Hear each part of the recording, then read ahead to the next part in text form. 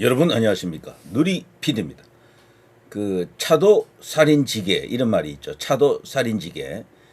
다른 사람의 손을 빌려서 사람을 해한다. 무협지에 자주 나오는 용어죠. 차도 살인지게. 저는 지금 이걸 떠올리고 있습니다. 왜 그런가 하면요. 김민석이라고 하는 인물 총리로 지금 지명됐죠.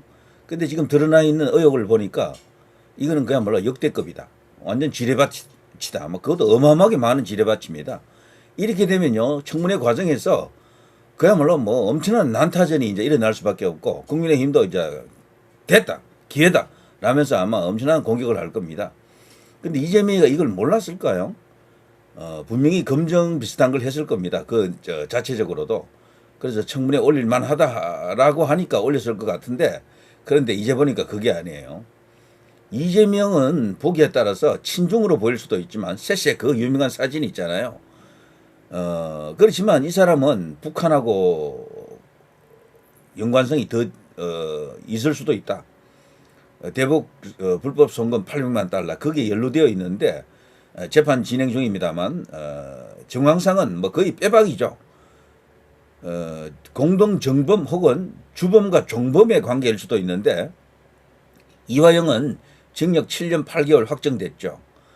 그런데 이재명은 멀쩡하다? 그런데 최근에 나온 동영상을 따르면요. 그 동영상 보셨죠? 제가 새벽 방송에서 한번 방송 해드렸는데요. 거기서 북한 이야기를 하지 않습니까? 예. 그걸 실토하는 그 듯한 그 발언이 나옵니다. 엄청난 충격이죠.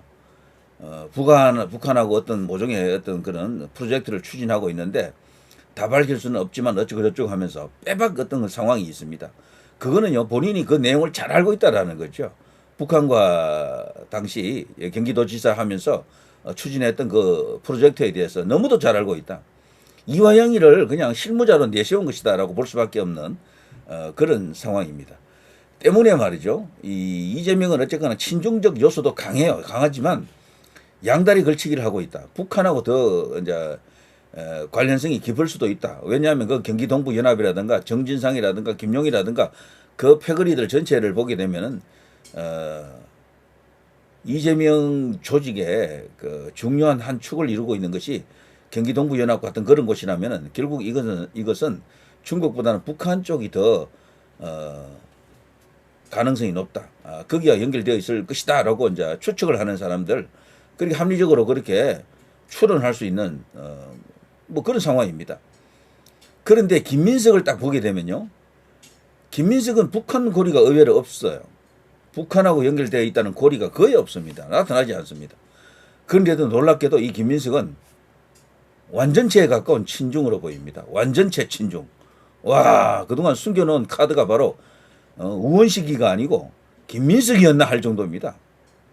그래서 말이죠. 저는 이 현재 이제 여당이 된 저쪽 민주당 정권이 그 내부에 두 가지 세력이 있다라고 봐요. 하나는 친북 세력들, 하나는 친중 세력. 이 둘 사이에 아마 대충돌이 한번 일어날 겁니다. 과거에는 친북 세력이 압도적으로 강했죠. 운동권 대부분이 친북이니까요. 그런데 어느 시점부터 이 친북들이 대부분 또 이렇게 친중으로 넘어가는 그런 과정들, 그게 여러 어떤 경로를 통해서 지금 확인이 되고 있지 않습니까?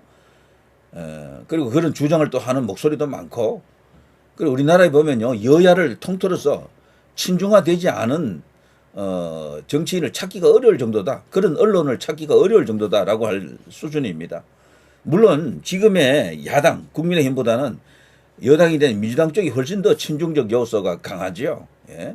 친중 중에서도요, 보수 친중이 있을 거고 좌파 친중이 있을 겁니다. 분명히 그럴 거예요. 자, 그러면 어떻게 됩니까? 친중과 친북 사이에 대결이 일어나겠죠. 충돌이 일어나겠죠. 북한과 중국의 관계는 서로 간에 우리는 하나 이런 관계가 절대 아닙니다. 요즘 북한은요, 중국보다도 러시아로 가 있어요. 굉장히 그 불편한 관계입니다. 그래서 친북 친중 간의 정권 쟁탈전, 진짜 권력 쟁탈전이 그 내부에서 이제 진행될 수도 있다. 만일에 이재명이가 친북이라면은, 친북적 입장을 더 중요시한다라면은, 뭐 지금 당선되자마자, 그리고 취임하자마자 바로 대북 확성기 방송 끄는 거 봐서는요, 충분히 가능성이 있다라고 생각이 되고, 그동안 쎄쎄하테 했던 것은 어떻게 보면 양다리 걸치기일 수도 있지만 그게 위장 쇼일 수도 있겠다 이런 생각이 듭니다. 친북적 요소를 조금 숨기기 위한 그런 쇼였을 수도 있다 이런 생각도 들고 자 아무튼요 이런 속에서 어쨌거나 이 문제적 인물 김민석이 드디어 이게 총리에 지명이 됐습니다. 왼쪽에 있는 이종석 또한 여기도 지금 문제적 인물인데 이건 다른 시간에 언급하도록 하고요. 이 김민석이가 과연 살아서 진짜 총리가 될 수 있을 것인가? 제가 차도 살인지계라고 했잖아요. 이재명이 지금 김민석을 치고 있는 느낌이 듭니다. 저는 친북에서 친중을 치고 있다. 와 이렇게만 되어준다 그러면요. 우리는 이걸 잘 활용해서 다시 어떤 여론의 흐름을 이렇게 바꿔야 되겠죠. 자, 벌써 이제 오광수 민정수석은 아웃됐죠. 이게 여론이 무서운 겁니다. 이재명이 지금 뭐 국회 장악하고 있고, 뭐 대통령 당선될 때 비교적 넉넉한 어떤 득표로 지금 당선됐지만, 사법부도 알아서 막 기고 있지만, 여론이 무서운 겁니다. 민주주의 사회에서는 어쨌거나 아무리 저들이 뭐 온갖 협잡지를 한다 그래도 이 당대의 그 지지율을 무시할 수가 없습니다. 여론에서 막 문제 있다고 막 이렇게 폭로하니까 특히 언론에서 폭로하니까 그냥 오광수 사라지잖아요. 민정수석 사라졌죠. 내정자. 자 그것처럼 말이죠. 지금도 여론 플레이를 통해서 얼마든지 싸움을 할 수가 있다. 자 이제 바로 이렇게 들어가 봅니다. 뉴스 하나하나를 소개하지는 않겠습니다. 너무 길어져요. 그러면은 자 한번 보십시오. 김민석 불법 정치자금 제공자에 빌린 4천만 원 안 갚은 의혹. 2018년 4차례 5년 만기 대여 등 11명에게 1억 4천만 원 빌려 안 갚았다. 쪼개기로 이제 빌렸더군요. 김 후보자 측 자료 확인 중에 있다. 이건 빼박이더라고요. 이것도. 그러니까 파렴치한 그런 어떤 이야기들입니다. 과거 불법 정치 자금을 제공받은 정치인으로부터 4천만 원을 빌렸지만 아직까지 이를 갚지 않고 있다. 2018년 4월 11일과 23일 각각 2차례씩 강모 씨에게 총 4차례 4천만 원을 빌렸다. 뭐 이런 이야기들. 그리고요. 2018년에만 강 씨를 포함해 11명으로부터 총 1억 4천만 원을 빌렸고 현재까지 김민석이 갚은 금액은 없다. 지금 그런데 여기는 갚고 있다라고 지금 해명을 하고 있죠. 근데 이거 자체가 해명이라기보다는 변명에 가깝죠. 자, 이런 어떤 파렴치한 어떤 인물이고요. 자, 넘어갑니다. 개별 뉴스를 다룰 것 같으면요. 제가 이걸 자세하게 소개하겠습니다만, 요 정도만 알아도 충분합니다. 지금 더러운 짓을 했다. 교활한 짓을 했다. 정말 그런 거고요. 흑역사가 이렇게 많은 인물이다. 자, 김민석 하루 군명에게 1천만 원씩 벌려 석연찮은 흐름. 이것도 같은 뉴스인데 모든 언론에서 이걸 다루고 있습니다. 때문에 김민석이 어떤 인간인지 좌파들은 돈을 굉장히 밝히는구나, 좋아한다라는 것을 우리가 알 수가 있습니다. 그런데도 김민석과 배우자, 모친, 아들의 자산을 2억 1,500만 원으로 아주 저렴하게 신고했네요. 돈이 거의 없는 인물로 지금 알려져 있습니다. 자, 어쨌거나 이렇게 되어 있고요. 자, 이건 또 뭡니까? 반미 아니라는 김민석. 미 언론에선 중국 칭화대, 하버드 케네디 학부는 중국 공산당 엘리트 코스. 자, 이거 또한 지금 문제가 엄청 큽니다. 그죠? 자, 반미 아니라는 김민석인데요. 미국 언론에서는 어떻게 보는가 하면요. 이 지금 미국 유학까지 다녀왔기 때문에 자기는 반미 아니라고 하잖아요. 그게 아니라는 겁니다. 중국 칭화대하고요. 여기는 지금 시진핑이 나온 대학 아닙니까? 그리고 하버드 케네디 학부, 이 케네디 스쿨이라 그러죠. 여기는요. 중국 공산당 엘리트 코스. 현재 중국 공산당의 간부들 중에 이런 코스로 나온 어떤 그런 케이스가 아주 많다 그래요. 이거는 달리 말하면은 김민석도 이 코스로 갔거든. 근데 여기 보면요. 김민석에 대한 이야기 쭉 뉴스가 나오잖아요. 칭화대 학력 의혹 이런 것이 나옵니다. 그리고 김민석이 땄다는 그 이제 학위들, 케네디 스쿨에서 석사학위, 칭화대에서 석사학위 딴 이런 이야기들 있죠. 이게 지금 많은 이야기가 되고 있습니다. 이 결과적으로 여기에 엄청난 어떤 뭐 야료가 있다, 배우가 있다라는 것을 말해주는 것이다. 자, 계속합니다. 자, 김민석이가 이제 이렇게 주장합니다. 내보고 반미라고 한다고? 나는 하버드대 나왔어. 케네디 스쿨 그걸 말하는데요.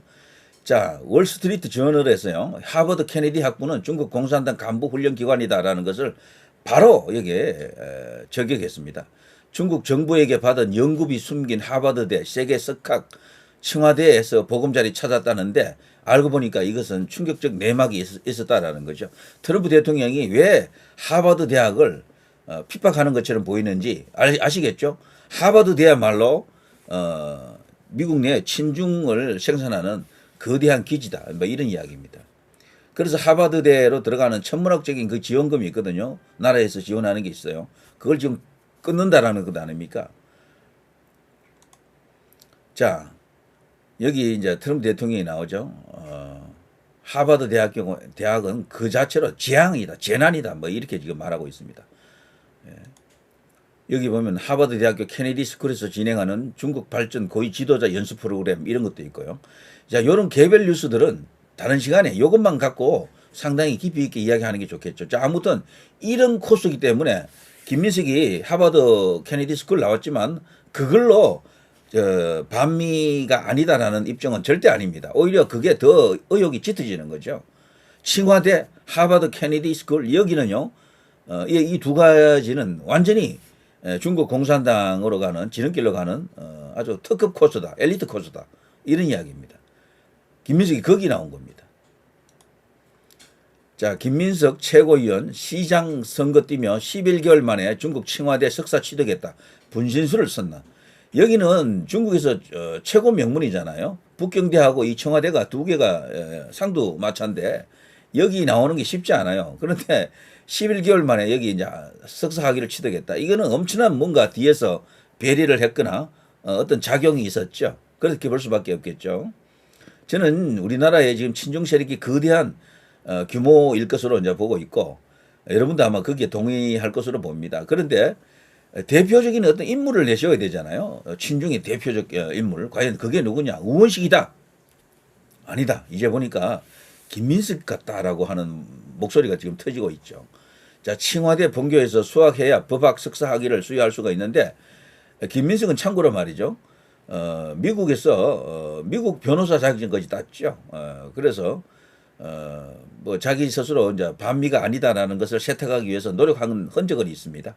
자, 아무튼 김민석清华대 재학 기간 민주당 최고위원 재직 중에 있었다. 여기서 말하는 민주당은요, 지금의 민주당이 아니에요. 작은 민주당입니다. 작은 민주당. 호남을 기반으로 한 작은 민주당 거기 최고위원으로 있었고요. 이 당시 야인 시절이나 다름없죠. 김민석이도 한때 잘 나가던 시절이 있었지만 정몽준 편에 서면서 그때부터 그냥 인생 종쳤죠. 그리고 한 10년 이상 야인이었다고요. 사실상 그 과정에서 미국에서 뭐 중국에서 뭐 석사학위 따고 뭐 변호사 자격증 따고 나름대로 어떤 자기 신분 세탁 혹은 자신의 스펙을 업그레이드 시킨 것 같습니다. 그러나 그것 자체가 그 당시에 벌써 뭔가와 접촉이 있었거나 거대한 커넥션 혹은 카르텔에 들어갔을 것이다 라고 이제 보는 겁니다. 그때 당시 본인이 외로울 때잖아요. 그러니까 악마와도 손을 잡겠다. 뭐 그런 상황이 되지 않겠나 이런 생각도 들 수도 있고요. 자, 부산시장 출마를 위해 부산 대연동으로 전입 신고한 적도 있습니다. 그러나 이 당시 당내 경선에서 패하면서 출마는 못합니다. 자, 지금 국민의힘에서는 의혹이 있는 부분 소상하게 밝게 검증받으라. 자, 김민석은 최대한 빨리 답변 내놓겠다라고 합니다만 지금 너무도 명백하기 때문에 이거 전부 문제가 있어요.清华대 이것도 말이죠. 저는 중국에 배려 없으면 절대로 불가능하다고 봅니다. 이렇게 11개월 만에 석사 취득이 어디 있습니까? 논문 썼다라는 그런 증거도 없는 것 같아요. 아직 보니까. 그러니까 이것은 완전히 중국에서 키우는 일종의 친중 인사로서 특별 대우를 한 게 아닌가 이런 의심을 이제 받을 수밖에 없겠죠. 참고로요, 김민석이 걸어왔던 길을 쭉 보게 되면 정말 잘 나간 인물이죠. 20대 때 이제 국회의원이 됩니다. 여기 1992년에 나가서 2등으로 이렇게 낙선하기는 합니다만 이때는 뭐 그야말로 서울대 총학생 회장 출신으로서 운동권의 맏형격이었죠. 그 당시 386에. 그럼에도 많이 나왔죠. 이렇게 득표 많이 했습니다. 그런데도 바로 그 다음부터는 요때가 벌써 초선 때가 벌써 20대입니다. 1996년이죠. 1위를 합니다. 1위. 그리고 2000년 또 1위. 이거 재선 의원이 되죠. 이 두 번째 될 때는 60.39%. 이 당시까지는 부정선거 이슈가 거의 없었습니다. 이 당시까지는. 노무현 당선 때부터 이제 부정선거 이슈가 터지죠. 요 몇 년 뒤부터. 자, 그때부터 노무현이 당선되면서 이제 이 민주당을 깨고 열린우리당을 세우죠. 그래서 이 김민석은 그 당시에 삼선 그 도전하기 전에 서울특별시장 후보로 나갑니다. 이 당시는 새천년 민주당 으로서 요 당시에는 여당의 후보로서 나갑니다. 이명박 당시 후보하고 붙는 거죠. 여기 이제 나갔다가 떨어집니다. 2등. 이명박이라고 하는 거인하고 붙어가지고 박살이 났고요. 자, 그때부터 이제 완전히 인생 이제 종치는 상황이 옵니다. 정봉준 편에 섰기 때문에 친노들로부터 완전히 그냥 배신자로 낙인 찍히면서 그때부터 완전히 이제 왕따 됐죠. 그러면서 외로운 이제 시간을 한 십수년 계속 이제 걷게 됩니다. 자, 이러면서 이제 떨어지는데요. 여기 보면은 17대, 20대 총선에서 이렇게 엄청나게 떨어지죠. 근데 여기 보면 새천년 민주당 이렇지 않아요. 근데 여기는 벌써 이 새천년 민주당이 열린 우리당과는 멀어져 있는 정당이기 때문에 사실 여기 주력 정당도 아니고 여당도 아니었죠. 노무현 당이 아니었다라니까요. 그래서 그래도 많이 나왔네. 3등을 했네요. 당시 한나라당, 열린 우리당, 뭐 여기가 양대 정당이고요. 여기 3위를 했습니다.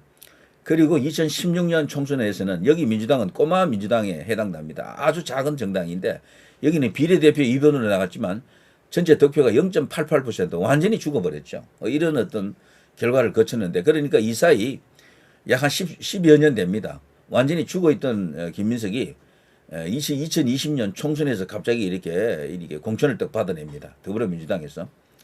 여기는 아직도 친노들이 상당히 이렇게 주력이었었거든요. 문재인이 또 이렇게 있고 뭐 등등 해서 그래서 김민석이 다시 이제 얼굴 들이밀기가 쉽지 않았을 텐데 놀랍게도 지금 여기 들어와가지고 1위 2번 연속으로 해서 사선 의원이 됐죠. 자, 여기 보시면 알겠습니다만 김민석의 이 이제 카멜레온 같은 변신의 그 이면에는 분명히 다른 뭔가 큰 요소가 있다. 정상적이지 않는 어떤 일탈 행위가 있었을 것이다라고 이제 볼 수가 있습니다. 그래서 지금 총리로 지명이 됐는데 이 과정에서 김민석이 친북적 어떤 그런 형태가 나타난 것은 잘 없더라고요. 그걸 봐서는 이 김민석에 대한 지금 이런 여러 가지 이슈는 이자를 총리로 지명함으로써 오히려 김민석을 죽이려고 하는 어떤 차도 살인지기가 아닌가 이런 생각이 듭니다.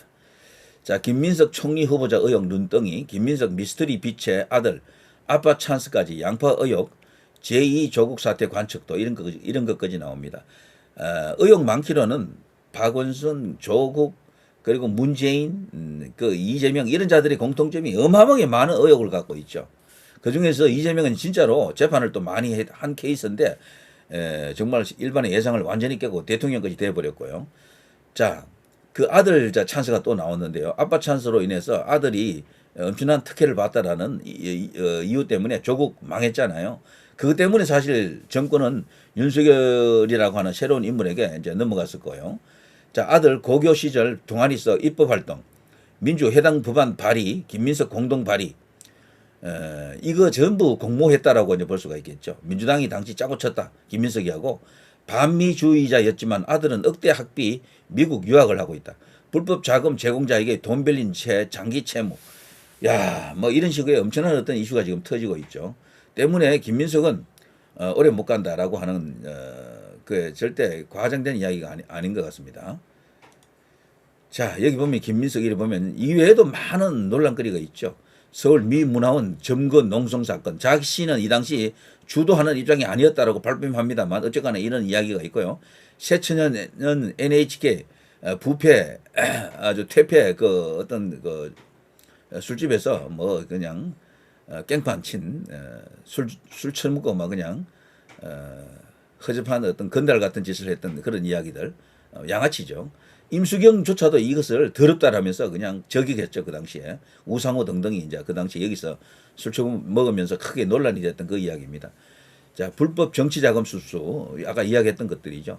지인으로부터 7.2억 원 수수 뭐 등등 많습니다. 그 중에서도 특히 경악할 일은 60대 노부부 유서 논란 이런 거죠. 이것만 조금 보고 가면요. 60대 노부부 유서 논란. 과거 2004년 한 노부부가 경제적인 어려움에 15장의 유서를 남기고 자살에 이른 사건. 해당 유서에서 김민석 의원이 자신들에게 신용보증기금으로부터 24억 원 가량을 차용시키고 이 중 8억 4천만 원을 정치자금으로 빌려가 이를 갚지 않았다는 주장입니다. 김민석은 해당 뉴스에 대해 모함이라고 주장합니다만 그들이 양부모 양아들 관계였다는 이들의 주장에 대해서도 그들을 아버지 어머니라 부른 적이 없다라고 김민석은 주장합니다. 단 1원도 받은 적이 없다라고 하는데요. 검찰에서 전화가 와 직접 검찰에 출두해서 조사를 받아 무혐의 처분을 받았다라고 반박을 하고 있습니다만 어쨌거나 이것 또한 지금 엄청난 이슈가 되고 있죠. 국민의힘에서도 이걸 언급을 하더군요. 자, 이런 인물이 김민석입니다. 자, 이 중에 말이죠. 한두 개만 진짜로 확인이 되더라도 그냥 이건 아웃될 것 같은데 저는 이게요. 이재명의 고도의 차도 살인지계다. 이런 생각이 듭니다. 누리 PD 김준이었습니다.